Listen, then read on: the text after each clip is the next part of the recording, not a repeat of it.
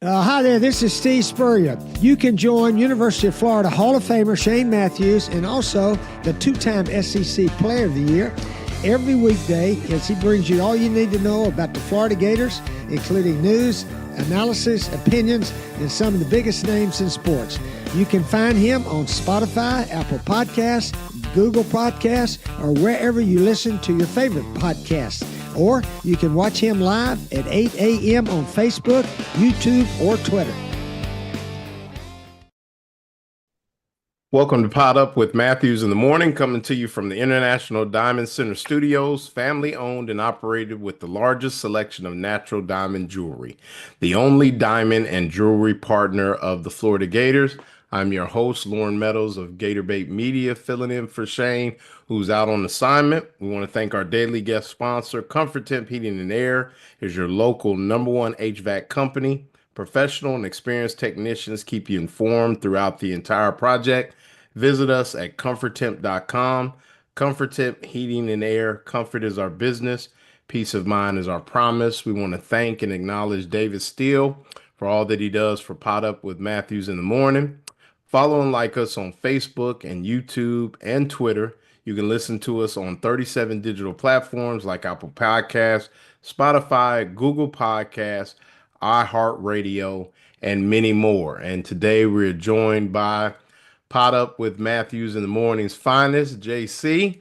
How you doing, JC? Hey, man, good to have you, Loren. Oh, yeah. Happy Friday to you, man. I know here you are sitting with the Tennessee Titans shirt on. You know what I'm saying? Trying to start a new era in this thing, you know. Big rival to my Jaguar. So I guess, that's what we got to start with. Your guy, Cam Ward now. The Miami Hurricane that came into Gainesville and was on display and could have easily been in the college football playoff. They didn't get picked, so we didn't get to watch him play in those types of conditions. But the Tennessee Titan fans are happy, from what I can gather. Are you happy? Yeah, I'm pretty pleased with it. All right. I look at it. We talked about it. Do you take a quarterback all the time? And we talked about if this was a normal draft, Cam Ward may have gone in the second round, may not have been a first round pick, but it is what it is. And I think the one thing I would give the Titans is with their quarterback situation right now, I am not thrilled with Will Levis whatsoever. And, I hate to knock people, that's not really my thing, but I think they were just so poor at that position. You talk about bringing in a veteran receiver like Tyler Lockett that can maybe help steady that there. Traylon Burks trying to finally figure it out. I think he's a talented player, but you just look at this thing and I think Ben Troop said it best a couple days ago. What if you don't draft him and he pans out? And then it's like, wow. So, you look at the draft, Cam Ward goes first. The Jacksonville Jaguars kind of surprised everybody, trading up to with Cleveland to draft Travis Hunter. Abdul Carter goes third to the Giants.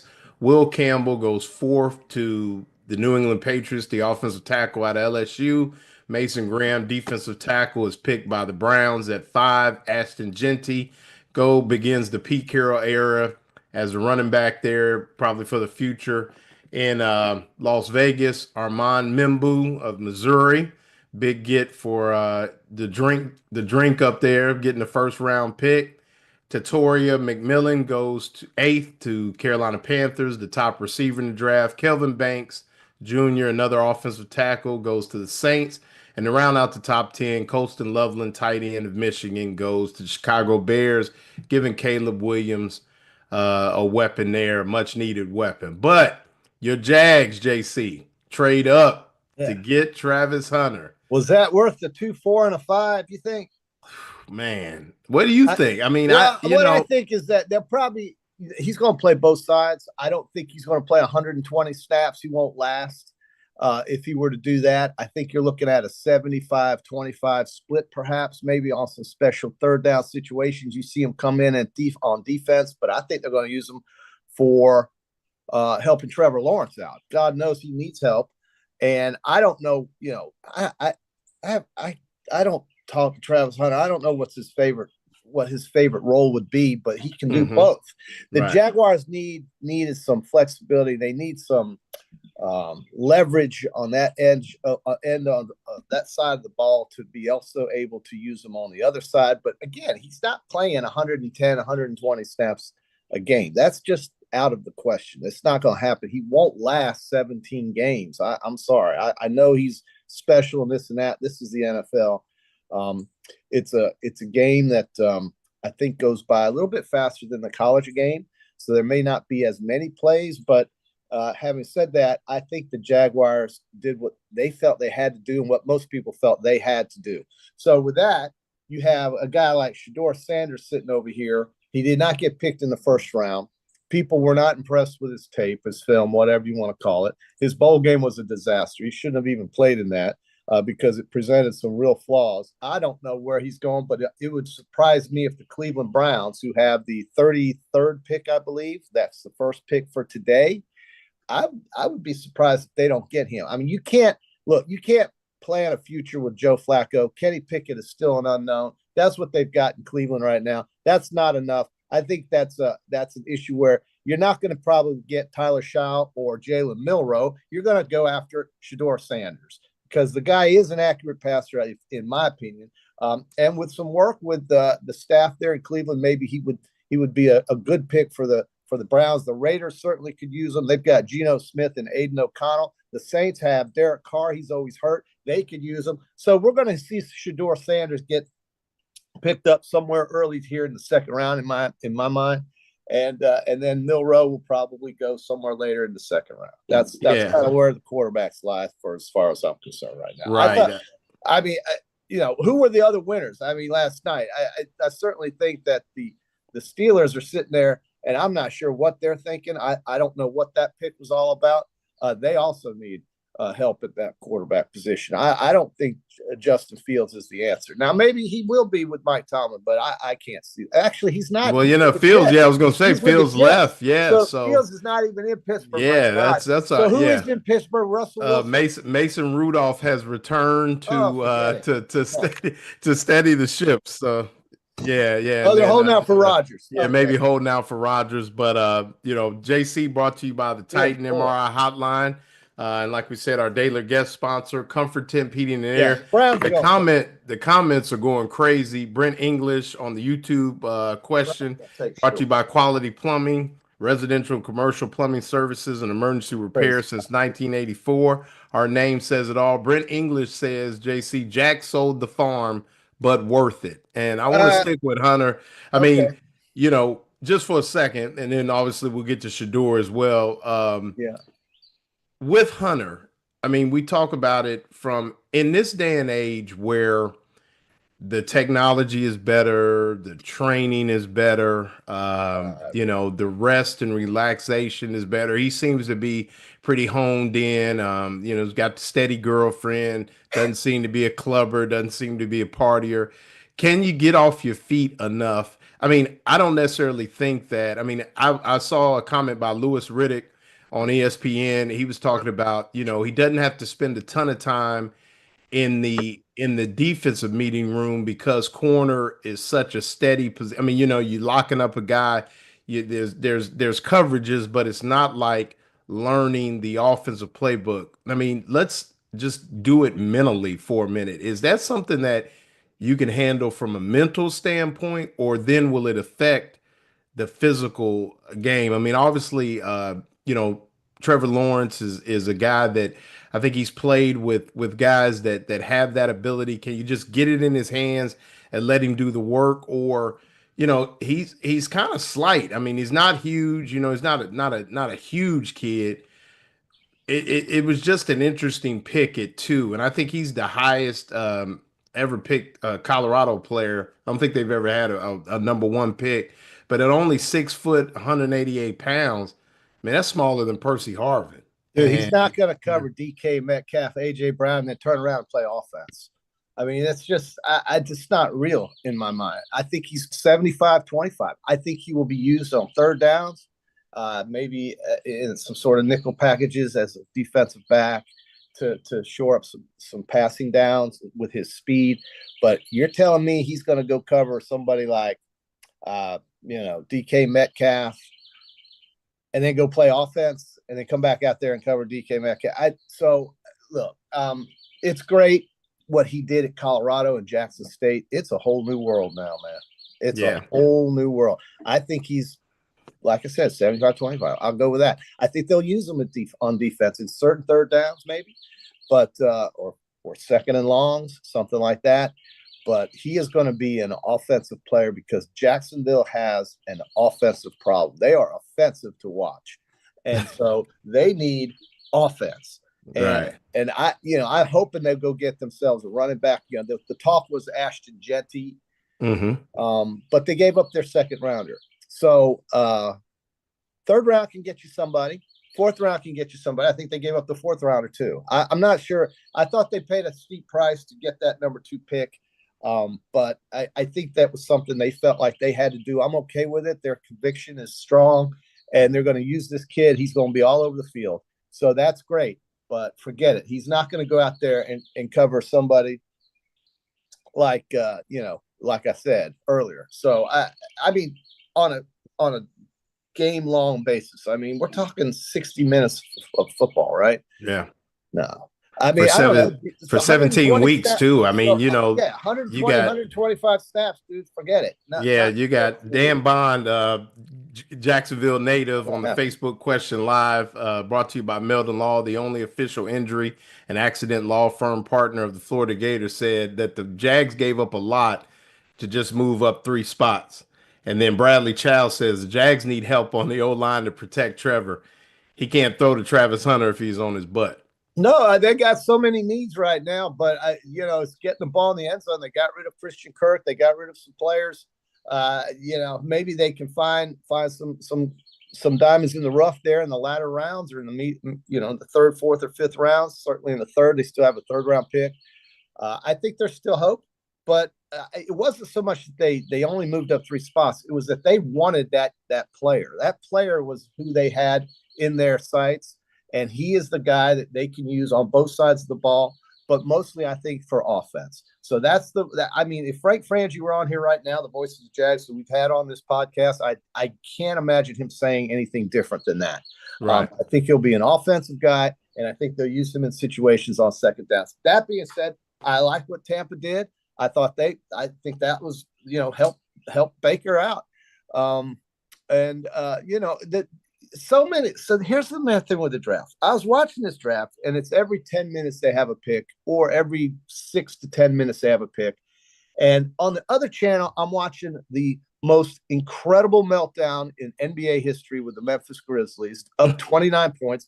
But of course, Ja Morant's going to get hurt. So you almost had to know that at some point in that game, Ja Morant was not going to be available. And sure enough, he got hurt. This guy is a great player. He's one of the best in the NBA, but he is not dependable. They can't win with him because I think he gets hurt too much. So he's a guy that I think they should throw out there and see if they can get some players for. That being said, I was watching that. I was watching the Tampa Bay Lightning put me to sleep with absolutely no offensive production against the Florida Panthers, who are now up 2-0. That series is going 4 or 5.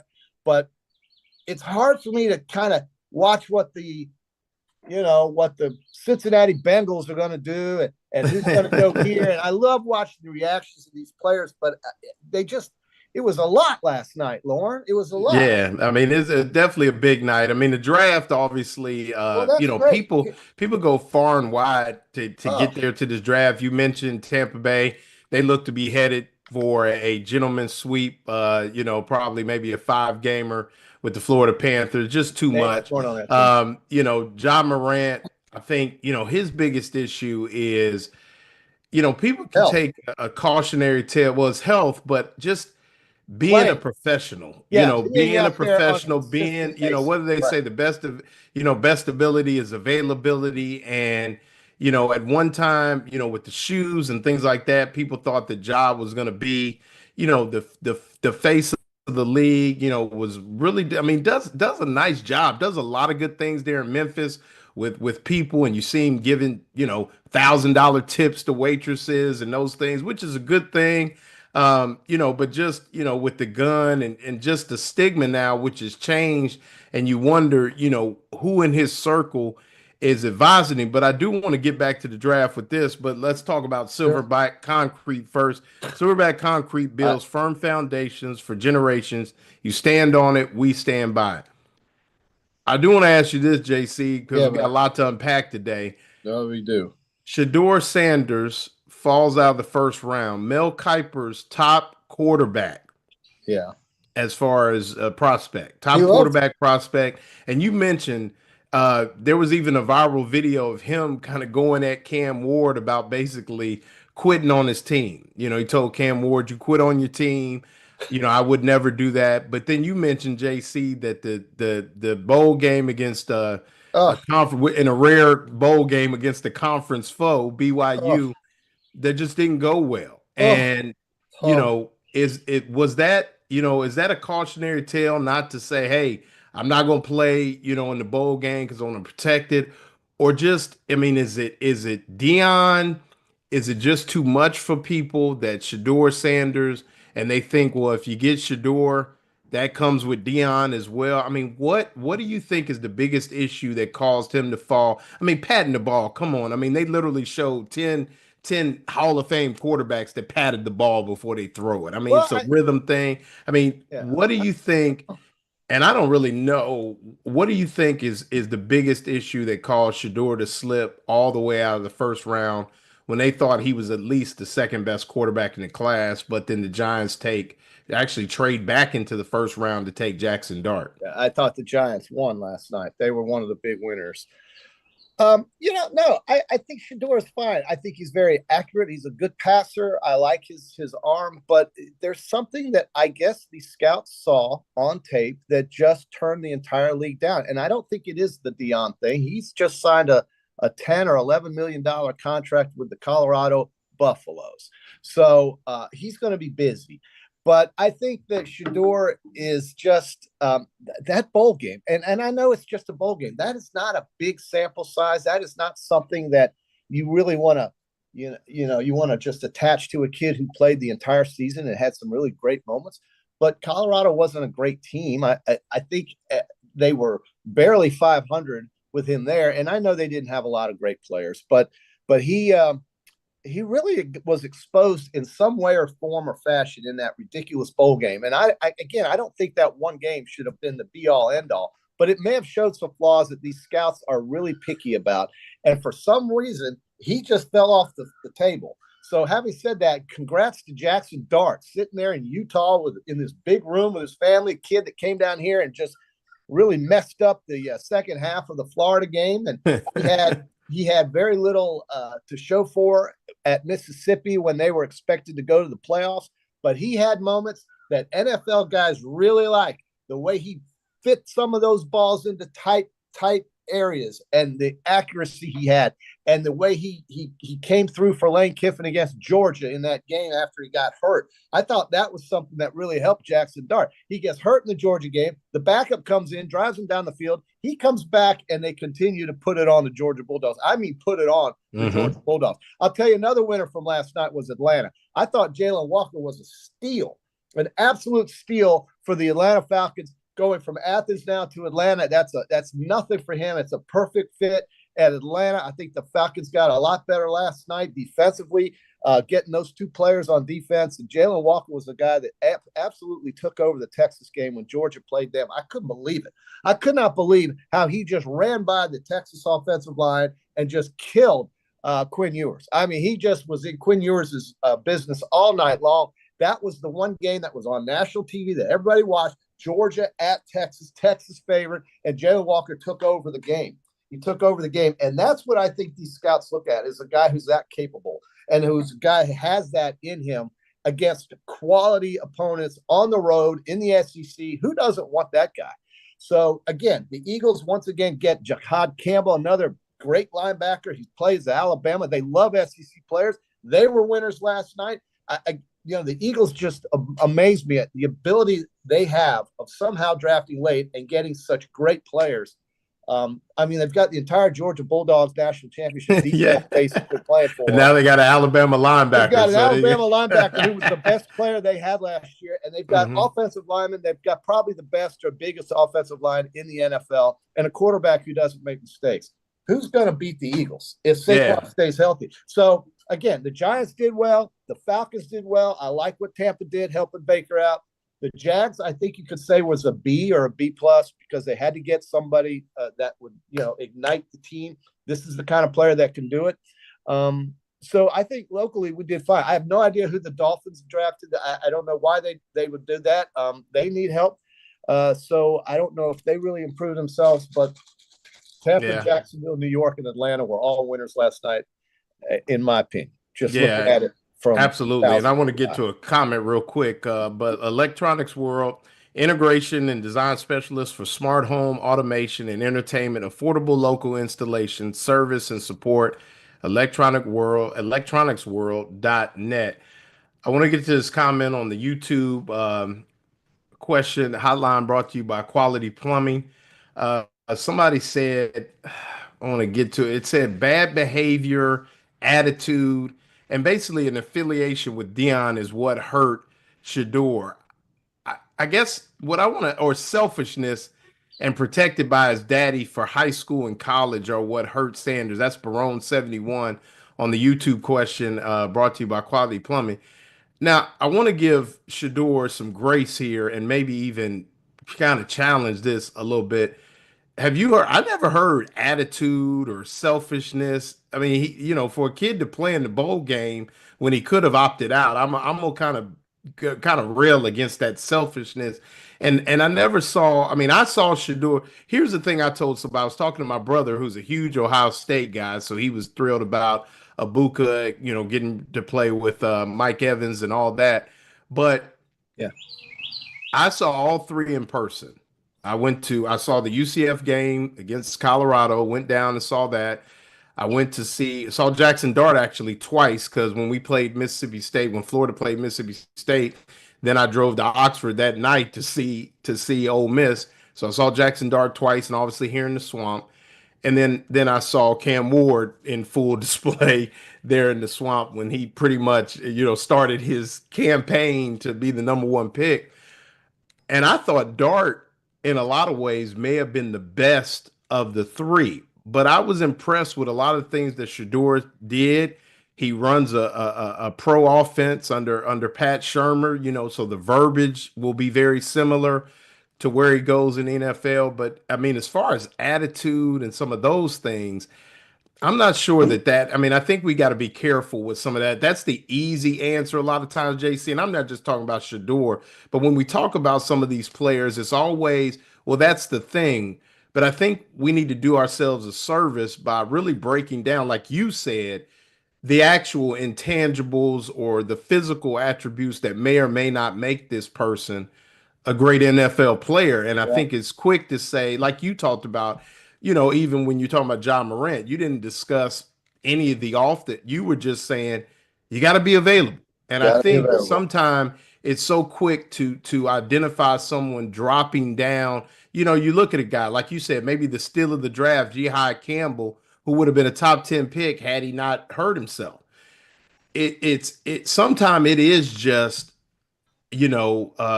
what do I want to say? Durability, numbers, measures, inches and yards, not necessarily this kid is I think to call, Shador Sanders or talk about his attitude, I didn't see that I don't think that was ever discussed even in the pre-draft analysis or anything. I think it was just the film. I just don't think the scouts were all that impressed. I thought he had some games where he showed a lot of great passing ability. Accuracy was there in some cases. But when you're standing back there in the pocket because nobody in the Big 12 is going to rush you, that does not correlate to standing in the pocket in the AFC West when the Chiefs are coming, the Chargers are coming, the Broncos are coming. You know what I'm saying? It's a different world.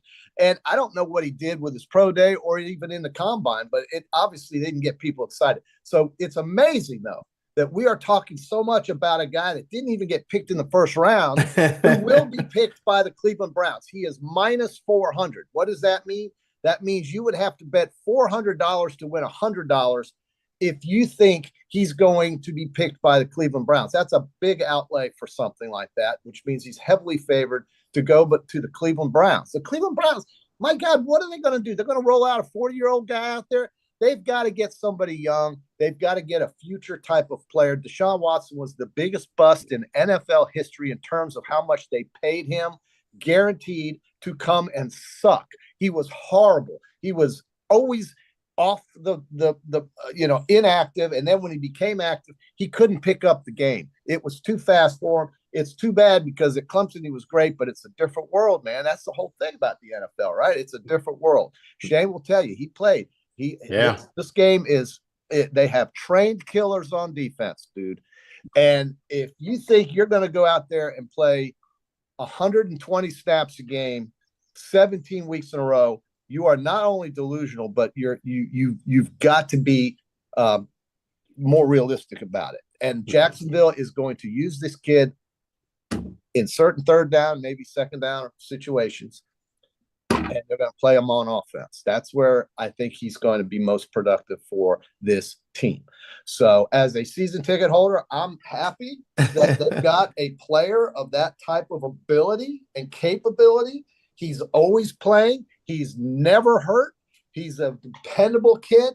Like you said, he's grounded. He's got his life in order, it would appear. So come to Duval and let it happen, man. And I'll tell you, I thought Dallas, the kid the offensive lineman out of Alabama that they drafted. And by the way, wasn't it strange not seeing a Florida Gator drafted in the first round? It was. That was like, what? Yeah, I mean, that just shows you where this damn program went for 5 years or however long it's been. But they're back. They're going to be back. Oh yeah, and they're going to have some guys. I mean, they'll have some dudes. They'll have some dudes get some jobs here in a minute. Florida's going to have some dudes. Yeah, and even today they'll have some guys drafted for sure. Buck Wade. Yeah, and I want to get to a couple more before we go to break. Buck Wade said on the Facebook question live brought to you by Meldon Law, 13-12 as a starter may have something to do with Shedeur falling. He played for Colorado. Yeah, he took over. Yeah, one win. They took over a program that had one win. Right. God, I mean, they had absolutely nobody on that roster. Yeah, and no money. Look at the revenue. Right, they had nothing. When Deion showed up, he opened the door and said, "Everybody walk out. Everybody leave." Yeah. And so they had to build from the ground up. Sanders and Hunter were the basis and the foundation for Colorado football. I think the fact that they went 500 was a miracle, or close to it. Was literally a miracle in what, 2 years? Two? That's why the guy's getting paid. That's why he's going to get a $10 or $11 million contract to go coach Colorado. But yeah, man, when you're playing Texas Christian or UCF, you ain't playing the Chiefs or the Commanders. Okay, you're not playing them. Yeah. But it's going to be an eye opener for all these kids. But I'm thrilled for them. The life's changing. This kid from Alabama, like I was mentioning, that went to Dallas, this offensive lineman, he was so happy. I mean, I thought he was going to break the walls down as he was running down, and he comes out there screaming, "I'm a Cowboy! I'm a Cowboy!" Yeah. It's just amazing. And then you see Matthew Golden for Green Bay. He's coming out there. He's keeping it all inside. You know, he's got his golden outfit on. He's cool. He's calm. He's got his dark glasses on in the middle of the night. Okay. And then he shows up and he stands on that platform. And by the way, I'm telling you right now, Loren, you will never, ever see me standing for 4 hours to wait to see what my team drafts with 125,000 people looking at each other going like this. And there's not a game going on. Right. I said, my God, look at all these people. There's 125,000 people standing around, looking at each other, waiting for 10 minutes to see what another team is going to draft. Yeah. It's unreal. I couldn't believe it. I said, well, are they paying these people to stand there? Oh, yeah. I couldn't believe it. But, well, before we go break, I think it speaks to, be kidding me. It speaks to, and we talk about this too, and we'll come and look at a couple more draft picks because I want to talk about the Atlanta Falcons when we come back, because I thought they did. There's another. We'll talk about James Pierce Jr., who they also drafted. I think they got 2 quality edge rushers out of the SEC, but it speaks to the NFL and their ability to market everything.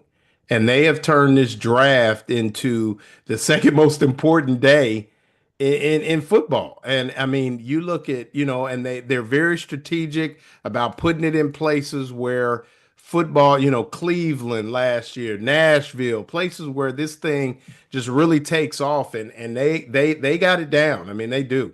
No doubt about it. I got to say something here, Loren, just to switch gears for a minute, because I have to address Kevin Saunders is absolutely right. I said take the Avalanche on Wednesday. Dallas beats them. Kevin, you're 100% right. I still think the Avs can win this series, but I'm wearing this Dallas hat because my wife's from Dallas. She loves the Stars, and she said I have to wear it. Right. And so I do like the Stars. I love the Stars.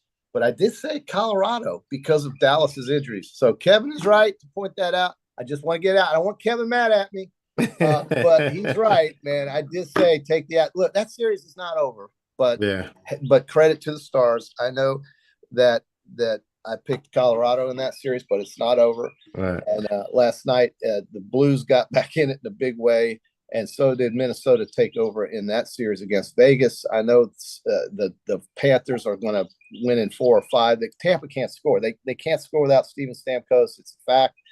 Kucherov is lost out there. He's useless. Nobody's feeding him, and nobody's scoring for Tampa Bay. So the Panthers move on to round 2. That I can say with a high degree of certainty. Well, let's go pay some bills, and we'll be back with JC and talk a lot more football and a lot more get into the Gators a little bit as well. All right. You were with PodUp with Matthews in the morning. Our premium sponsors are Campus USA Credit Union, International Diamond Center, Meldon Law, QC Kinetics, Dave & Buster's, UF Health Orthopedics and Sports Medicine Institute, JF Hayden Craft Liqueurs, Florida Cracker Kitchen, Los Linderos Tequila. Gridiron sponsors are Baker Sporting Goods, Comfort Temp, Electronics World, Florida Victorious, Gallo Car Wash, Miapa Latin Cafe, Peachland Dental, Quality Plumbing, Ruse Ogre State Farm, Silverback Concrete, 84 Lumber, Big Mills Cheesesteak, Celebrate Primary Care, Dowling Sign, Gator Bait Media, Gator Dominoes, Ironwood Golf Course, Okido America, Tropical Smoothie Cafe, UF Bookstores, Nest and Wow, MG&A Wealth Management. Watch and listen to us live on Facebook and YouTube. Listen to the podcast whenever on Apple or Google Podcasts, Spotify, or wherever you listen to your favorite podcast. Remember to like, follow, and subscribe so you don't miss an episode. To become a sponsor, call my man Freddie at 352-284-3733. Unleash the Inferno.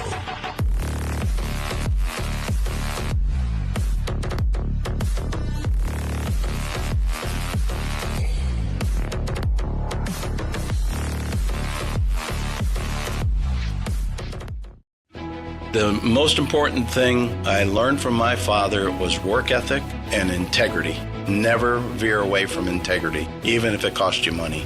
International Diamond Center owner Keith LeClaire. The core value for IDC is to protect the customer. That means offering the largest selection, uncompromising quality, the strongest warranties, and honest guidance from experts who are not paid on commission. International Diamond Center at Celebration Point. Online, shopidc.com.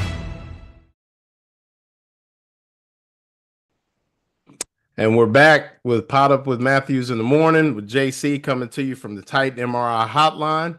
I'm your host, Loren Meadows, filling in for Shane Matthews as we continue to talk NFL draft, NHL hockey, NBA, and then obviously all things Gators.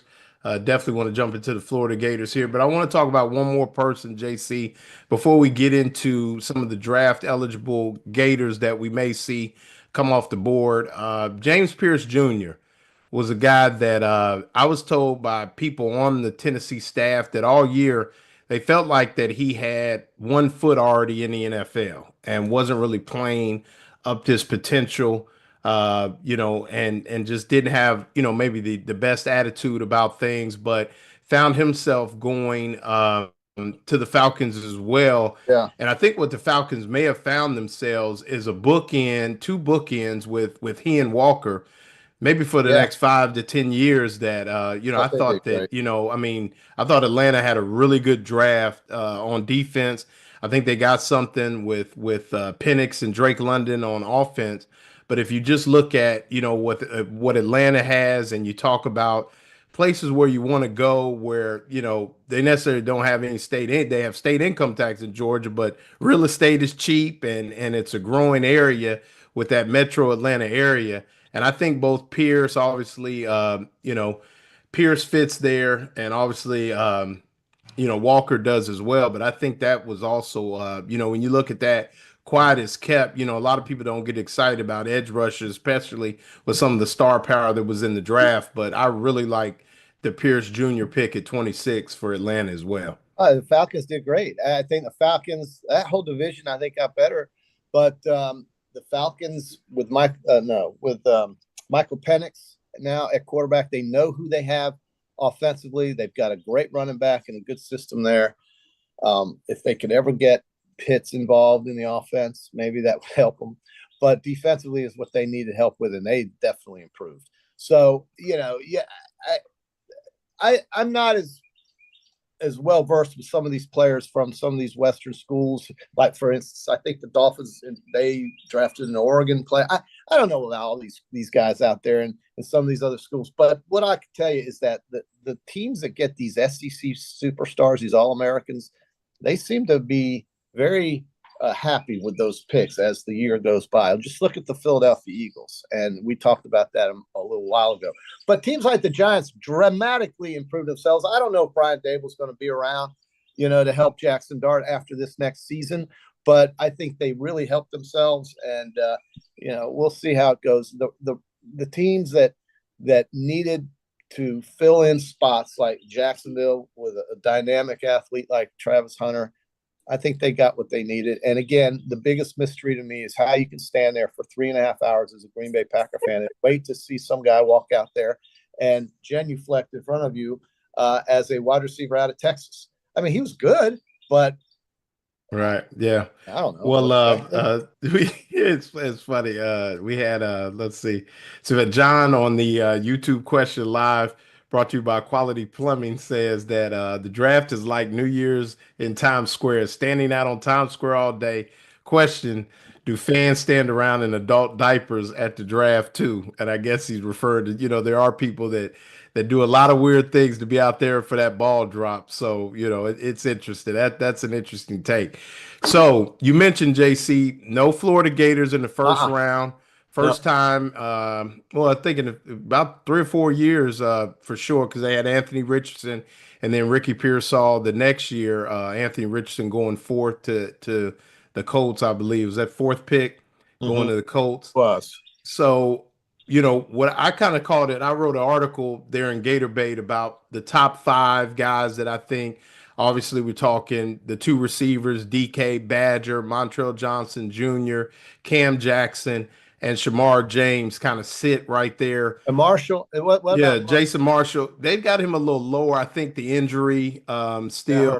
I mean, he ran okay. Didn't run great for a corner when you got guys like the guy that went to Buffalo, at Kentucky, 4.2 in that area. Who do we see that, who could be the first Florida Gator to come off the board in your opinion? Who's the best? Who's the best? Or, is it need based? Yeah, based it on is. Who comes up? Yeah, I think it's based on the team that's picking and when and what is available out there. I do like I like Shamar. I mean, I thought the way he played against LSU, I don't know. It just, to me, it was hard to really pick out one guy that really did it all.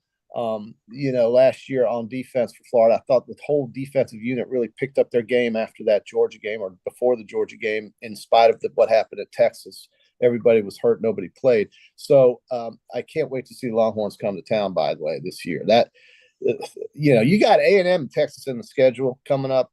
One of the Longhorns come to Gainesville. Think about that. When was that? That's never happened, right? So it's going to be tremendous. I don't really know the answer. I think it's just going to be needs based, like you said, and it wasn't a very heavy class that you would expect to be drafted. They've had some lean years around here. So hopefully that's all going to change here with some of the new players Florida's got. And I mentioned earlier that we got some, we talked about it on Wednesday, Loren, that wide receiver room, that running back room, the depth on the offensive line is the one thing that would concern me. If they can get that firmed up, watch out.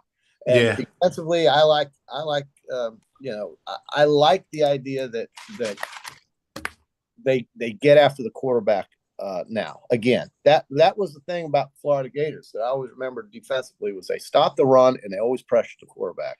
That didn't happen for a couple of years. I think maybe now we can get back to that.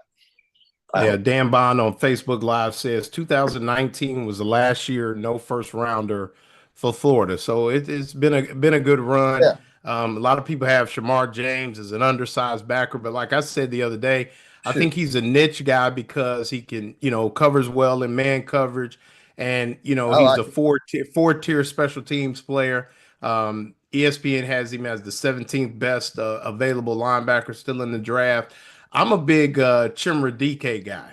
I thought for somebody who, we've talked to a lot of people that, they kind of turned a side eye when a receiver from Wisconsin kind of followed Graham Mertz to Florida. But I thought he was quite productive for the Gators, can return punts, did himself a huge favor by running that 4.34. I think when you look in the mid rounds and things like that, and I think ESPN has him as the 16th best available receiver right now.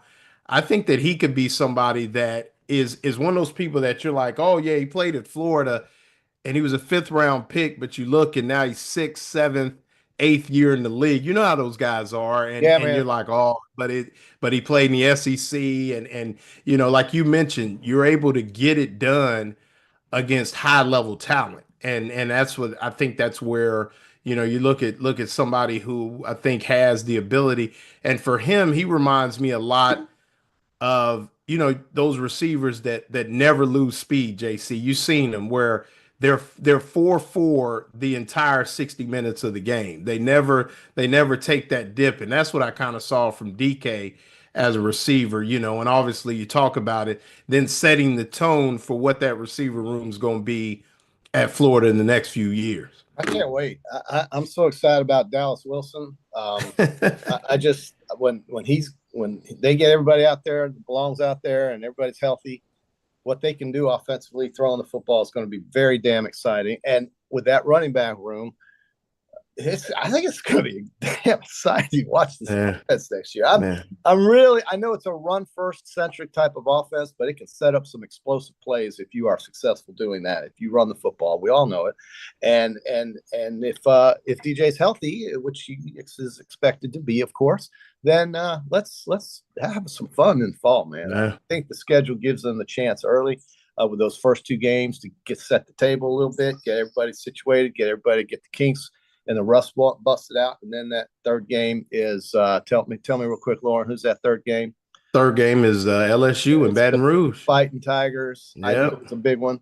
So yeah, I love the first two opportunities Florida will have, not coming out of the gate against a team like Miami, but rather somebody that's really shouldn't even be here, and then playing South Florida. Get them comfortable, get them confident, get them ready.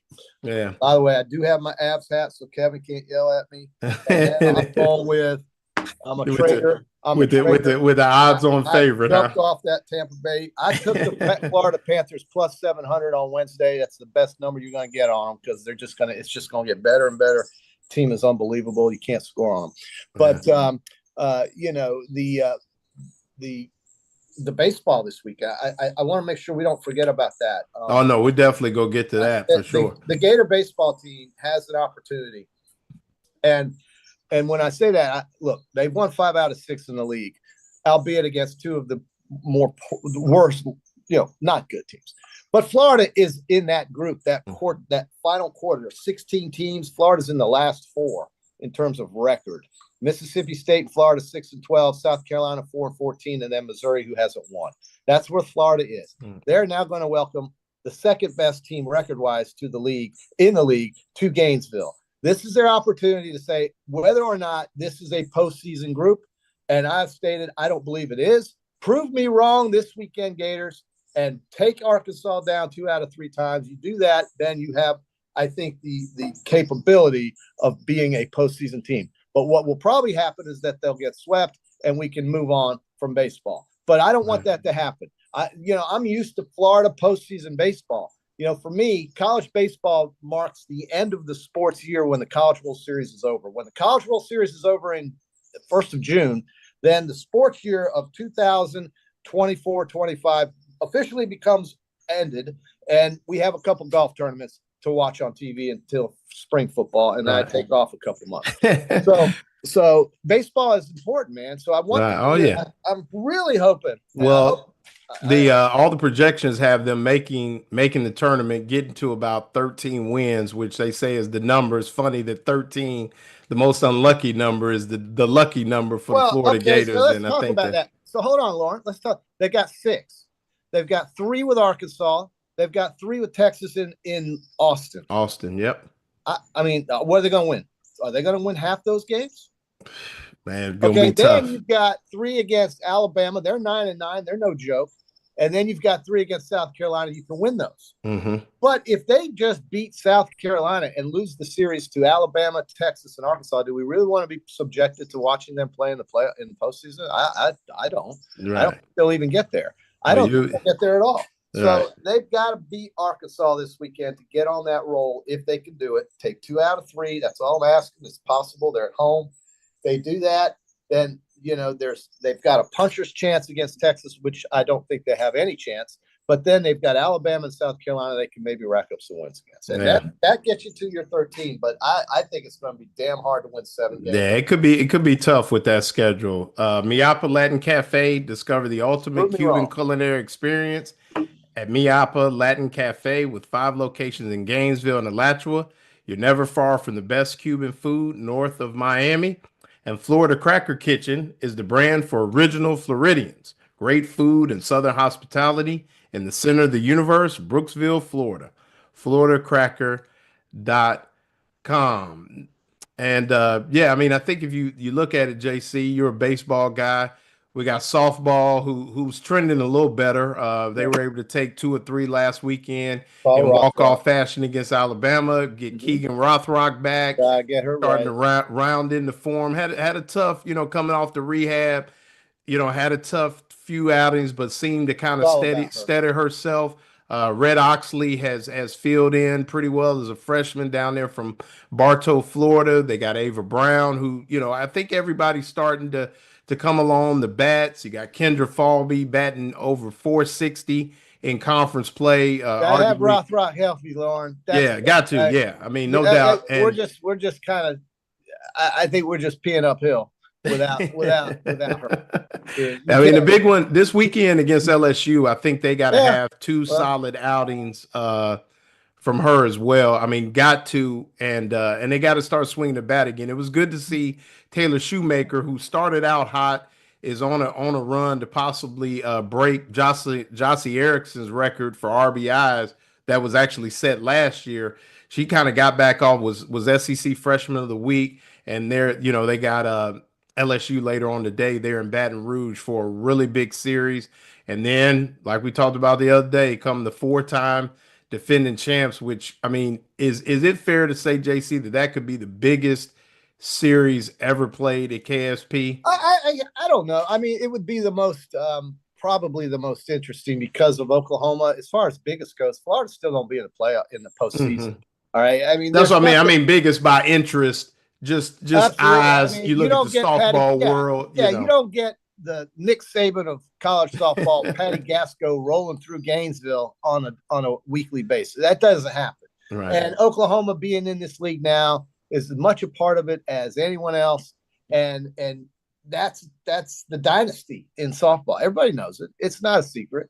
And you're still going to have to beat them in OKC probably to be a national champion. So that's the goal for college softball. It's almost become one-dimensional somewhat. But I think it's possible if Rothrock is really feeling good. That's the kind of player she is. She is a game changer, obviously. And so we want her to be available at 100%. And hopefully the Gators will then go from there. Well, 6 Ks in last start, as Dan Bond talked about, which is, on the Facebook live question brought to you by Meldon Law. So, I mean, she's headed in the right direction. UF Health Orthopedics and Sports Medicine. Injuries occur whenever and however. It's never convenient. For sprains, strains, and minor fractures, UF Health Ortho Care makes it convenient for you. 7 days a week, including evenings. Walk-ins are welcome. And Peachland Dentistry, JC, and I'm not the QB, but we are going to get some picks from JC. Gator Nation's #1 choice for dentistry in Port Charlotte and surrounding area. Give me your golf picks, and then I want some NBA picks from you too as we head out. You just okay. The problem with this tournament this weekend is it's 2-man teams in New Orleans. It's called the Zerk class. It's really cool. Rory and Shane Lowry, the Irishman, won it last year. I have no idea who these guys even are, who are leading it right now. It's kind of hard to pick it once it's already started. But if I'm going to go with somebody, I'm going to go with two guys who I think have a great game. Well, they're all great players. Morikawa and Kitayama are tied for third right now at 11 under as a team. They're only 3 back behind somebody called Velo and Solinda. Don't know those guys. I would never pick them. I have no idea. And the funny thing is that the 2 defending champions of this tournament aren't even in the mix in the top 15 right now. They're nowhere to be found. There's Rory and Shane Lowry at 8 under, tied for 28th.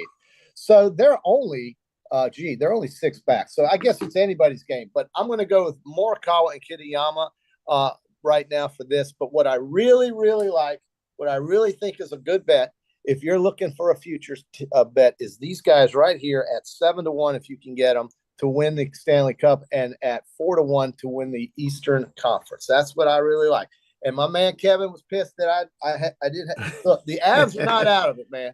They're not out of it. But the wife likes Dallas. So damn it, the Dallas Stars. Okay, they are playing injured, and they won 2 straight games in overtime. That can happen in hockey. The hockey playoffs are the most amazing thing if you ever get a chance to watch them in playoffs in person. Unless you're watching Tampa Bay go scoreless, then you are bored out of your mind and very disappointed that you spent upwards of $200 to $300 to get in the building. So that's how it works. But people in St. Louis were happy last night. They got back into the series there. And Minnesota, they have nothing in St. Paul, Minnesota, absolutely nothing to cheer for except the Minnesota Wild. I know the Vikings are there, but the Twins are terrible. And the Timberwolves are going to lose to the Lakers. So if they don't lose to the Lakers, they're going to eventually lose to somebody in the West. But I like the Detroit, New York. Give me the 2-1 New York leads. So 2-1. Detroit loses by 2 last night. The Knicks win that series in 6. I think the Pistons can get a game. They can win game 4. I think they'll lose 2 after that, both at game 5 and game 6. And then you've got the Lakers and Wolves. That's in Minnesota. I don't have a feel for that one. Golden State is in trouble now with Jimmy Butler out. Could be for maybe 2 games. I think the Houston Rockets found some confidence. You like gentleman sweep there? No, I just think Houston can win it in 6 or 7, probably. Okay. Maybe 7 games. They're the team that will be playing on their home court in the 7th game if it were to go 7 games. And then in the let's see, Boston, Orlando. Can Orlando squeak? I think they'll win a game. I think Orlando gentleman sweep. Game 3 or 4. I think that Celtics win that in 5. I think the Celtics are basically disinterested, and I think Cleveland will handle their business with Miami in either 4 or 5 games in that. And then we'll get to the real games between the real contenders, and some of these play-in teams will be out of there. But yeah, I think Cleveland is looking really strong. Obviously, they're up 2-0. Give me your finals pick. Who you like in the finals? I think the Clippers were very impressive.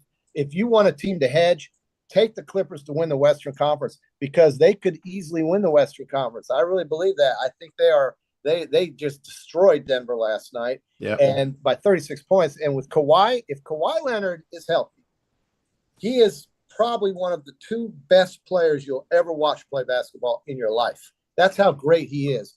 But he's had so many health issues. If he's healthy, and I think he is, the Clippers they're live. And you want to bet them now to win the Western Conference, because if you don't think they're going to win, say they're going to play the OKC Thunder, okay? You can have that hedge with the Clippers and take OKC to win it and still come out ahead. Yeah, so, and Harden's playing well right now too. Harden's great. Yeah, he's never been great in the playoffs, but so far been pretty good. I'm gonna go out. I'm gonna say the Clippers somehow shock the world, win the West, and they'll play the Boston Celtics. That's okay. And that would make for good TV for sure. So that's JC's picks, brought to you by Peachland Dentistry. Now it's time for This Day in Sports, brought to you by Campus USA Credit Union. Campus USA Credit Union. And where the proud spokesperson, Steve Spurrier, banks. And on this day in 1974, JC, in history, The Tampa Bay Buccaneers were awarded the NFL's 27th franchise on this day in 1974. No. This day in sports, Before. brought to you Hugh by Culverhouse. Campus USA Credit Union. That was Hugh Culverhouse. Yeah. So, well, thank you for joining me, All right, JC. Appreciate you, man. It was fun. Great day. You covered it all, man. Well, Appreciate it. I know know the about that, guest as well. And, have a good weekend, man. Yeah, same to you, Loren. Thanks for Appreciate you tuning in. guys absolutely. Appreciate everybody for spending the last 3 days with me. And,